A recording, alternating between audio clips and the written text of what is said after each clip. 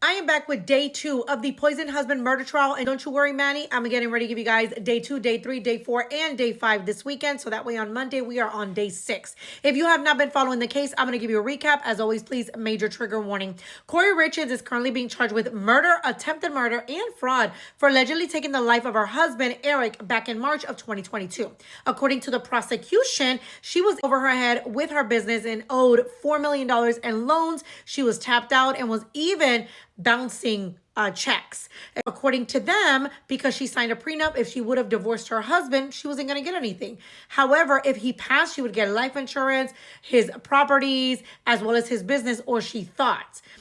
Now, the defense is stating that's not the case at all. In fact, the only reason that they're in the trial is because his family did not want to believe the reason as to why he died. They want to blame someone. She has maintained her innocence. Now let's get into the beginning of day 2. Day 2, we are back with Officer Nugent. The defense is actually doing the cross-examination. The whole point of the defense's cross-examination is this. They make it clear that he was the first one on the scene. He essentially had a checklist to go through. He didn't go through the checklist. Now they share that he arrived around 3:40 a.m.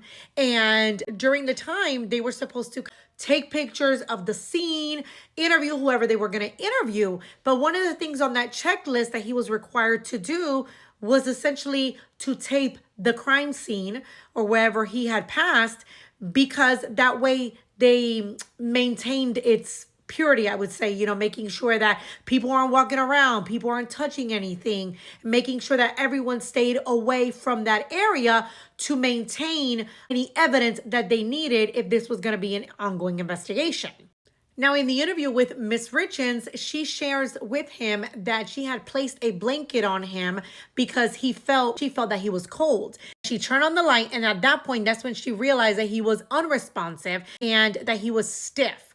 Now, they go on to talk about the fact that from the time that she fell and got into the bed and felt his cold body, she had put a blanket on, she turned on the light, felt that he wasn't breathing, and that for just a minute, she was kind of like in shock before she called 911.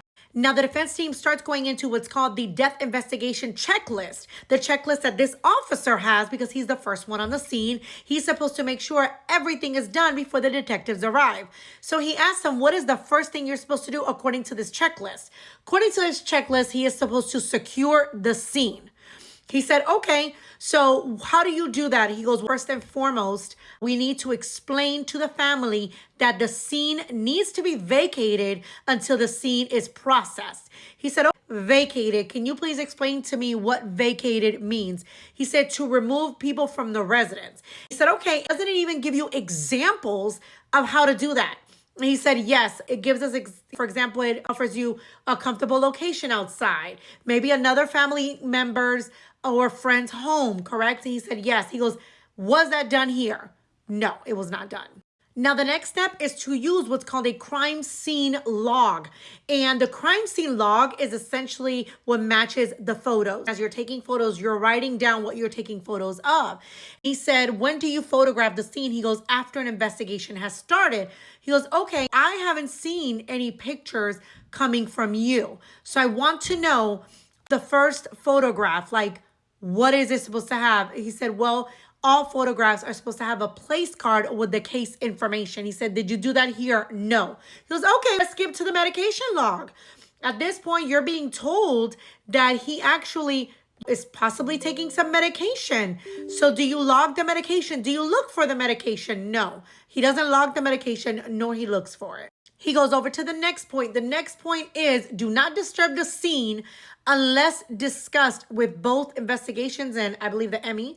And well, we know that did not happen because in fact, while he is laying in the room with a sheet on him, then people are going in and out of the room. They're going upstairs. They're walking around the house. The sister starts walking around the house, going through drawers, going through all this thing, all while there is supposed to be a crime scene.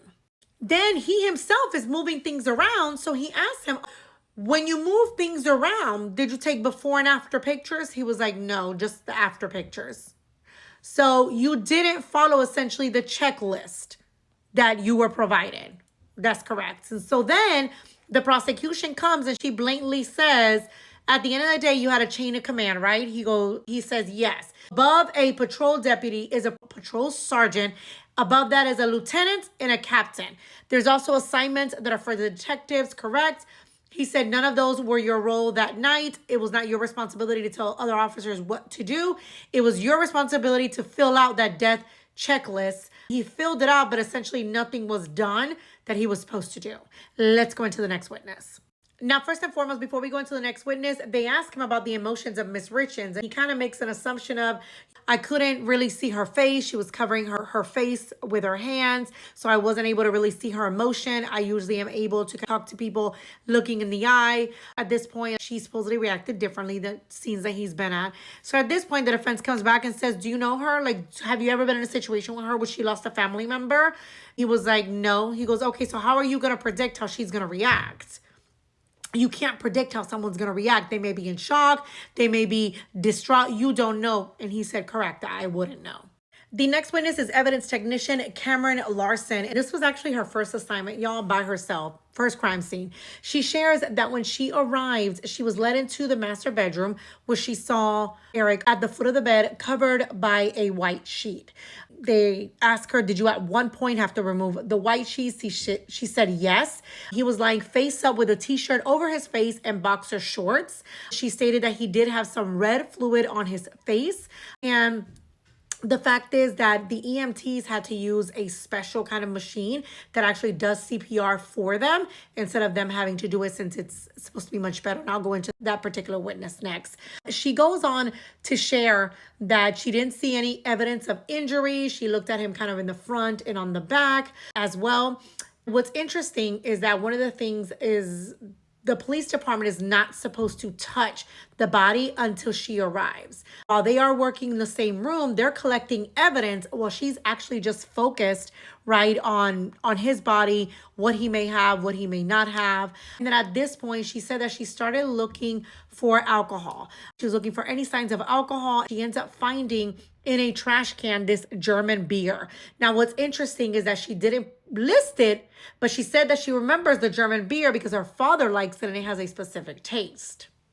Not German, a ginger beer, non-alcoholic beverage. She goes on to share that when she looked around the master bedroom, they were looking for medications. They were looking for any evidence really that they could find to take, just because of the conversation that Kouri had with the police officers.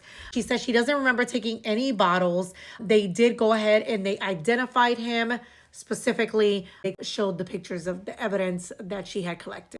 The next step is to call transport and have them come and pick up the body. She says at that point, he's placed in a body bag. They seal it and no one can essentially access the body bag without breaking the seal. That's to make sure essentially that his body is tracked and no one has tampered with it. Now, the defense, when they go to speak to her, he asked her a couple of questions, asking about what conversation did she have with Kouri, and pretty much she was crying, didn't really talk to her, went to the trash cans. Mind you, the 2 cups for the Moscow Mule were in the sink. No one grabbed them. But he says, hold on a minute, the meeting that you had a year ago, do you remember that? Because you told them at the time that you don't remember where you got the majority of the information in relation to the case. At this point, they bring up the report, and he said, that's exactly my point. We know your job isn't to do the investigation. So my question is, how did you get all this information in reference to how her husband could have died, what he was drinking, all of that? And that's when she said, well, maybe it was the EMEs or the 911 call, but I wouldn't have had that information firsthand. So at this point, he made it clear that at the end of the day, this entire report that she wrote up was because she had heard things, not something she herself had conversations with Kouri about. I'll go into the rest of the witnesses in the next video. Talk to you soon.